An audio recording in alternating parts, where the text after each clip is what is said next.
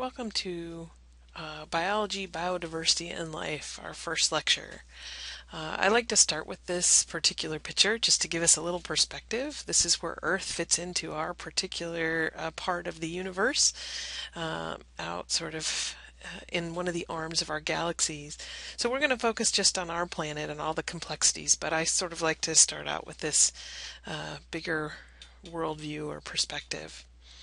So in this course we're studying biology, and I think everyone basically knows what biology is, but we want to introduce some basic concepts today. Life, bio just means life, and ology means the study of. So biology is the study of life in all its forms and all the different complexities that go into having functional living organisms. So, an important question in biology is how many different kinds of organisms are there on the planet? And the short answer is we don't know. Probably somewhere between 10 and 100 million different species on planet Earth. If you're writing that number down, you might be scratching your head and thinking, wow, that's a really huge range. And it is. About 30 years ago, the answer would have been about 10 million species. However, a researcher was doing some work in the rainforest. He was misting insecticide up into rainforest canopy, and for the next couple hours dead insects would rain down from a particular tree onto some plastic, and graduate students would pick each one up and count and classify. And what they found is 1,200 new species under just one tree. And that was interesting, but then he went to the next tree on the trail and did the same thing and found almost 1,200 new species. And he repeated this for about 20 different species of tree and found at least 1,000 new species of insect under each one, living in each one. And this is where, if you extrapolate that kind of number out, you get to there could be a diversity as high as 100 million species on the planet. There are only about 2 million species that are described, and described means they actually have a scientific name, and there is a specimen in a museum somewhere that describes that particular species.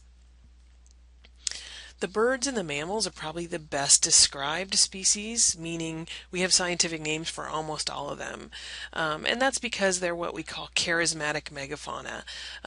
Charismatic means things you're attracted to that are interesting. Mega means big, and fauna means animals. So these are the big charismatic animals.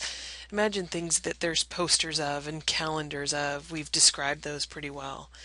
But even that said, we're still discovering new species of birds and mammals on the planet.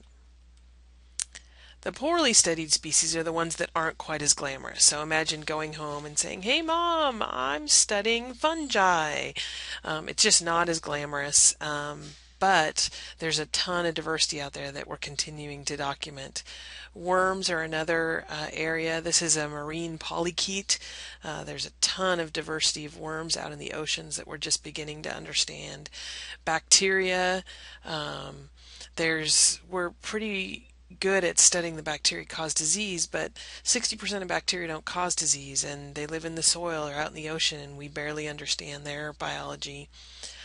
Spiders, people don't always want to study spiders. Even fish aren't particularly well studied. There is a researcher at UC Davis who takes trips to the Amazon and heads up different tributaries, and every time he heads up a different tributary he finds one or two new species of fish. He's run out of names and he just lets his graduate students do them now. The deep sea is especially a place that just the technology hasn't allowed us to explore until very recently, and as we go deeper and deeper we're finding all kinds of new species.